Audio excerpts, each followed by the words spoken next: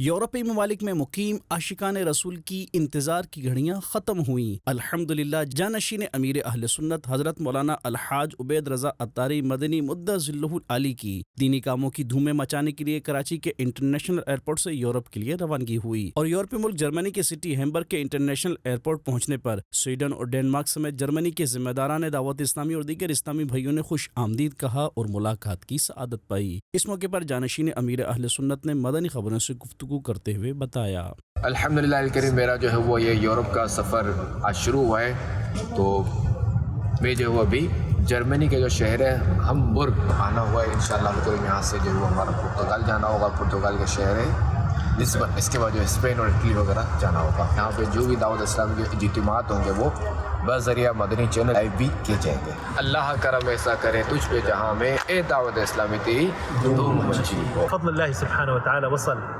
فضيلة الشيخ الحاج عبيد بارك الله به إلى أوروبا، وهو في جولة دعوية إلى المراكز المتواجدة هنا في عدة دول وعدة مدن، فمن أجل إلقاء المحاضرات ولقاء الأحباب والمريدين والإخوة الكرام في هذه البلدات، فندعو الجميع إلى الحضور والمشاركة في هذه اللقاءات. بارك الله بكم جميعا. ادھر ہیمبرگ جرمنی میں مختلف شعبۂ زندگی سے وابستہ افراد سے ملاقات و نیکی کی دعوت کا سلسلہ ہوا۔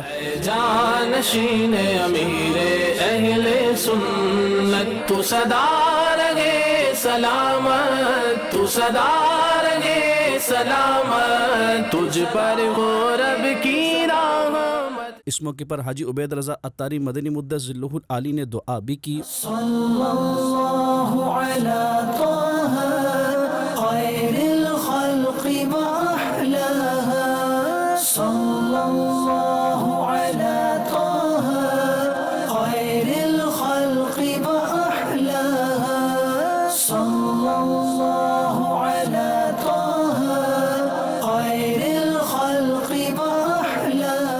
اور فیضان مدینہ ہوگن کے امام صاحب شیخ ایمن یاسر عطاری کو امیر اہل سنت دامت برکاتہ العالیہ کی کتاب نیکی کی دعوت کا عربی زبان میں ترجمہ تحفتاً پیش کیا۔ آج رات یورپی ملک پرتگال کے شہر اوریویلز کے مقامی کمیونٹی سینٹر میں منعقد ہونے والے سنت و بھرے اجتماع میں جانشین امیر اہل سنت سنت و بھرا بیان فرمائیں گے۔ یہ سنت و بھرا اجتماع پاکستانی وقت کے مطابق رات 1 بجے مدنی چینل پر لائیو ٹیلی کاسٹ کیا جائے گا انشاء اللہ الکریم۔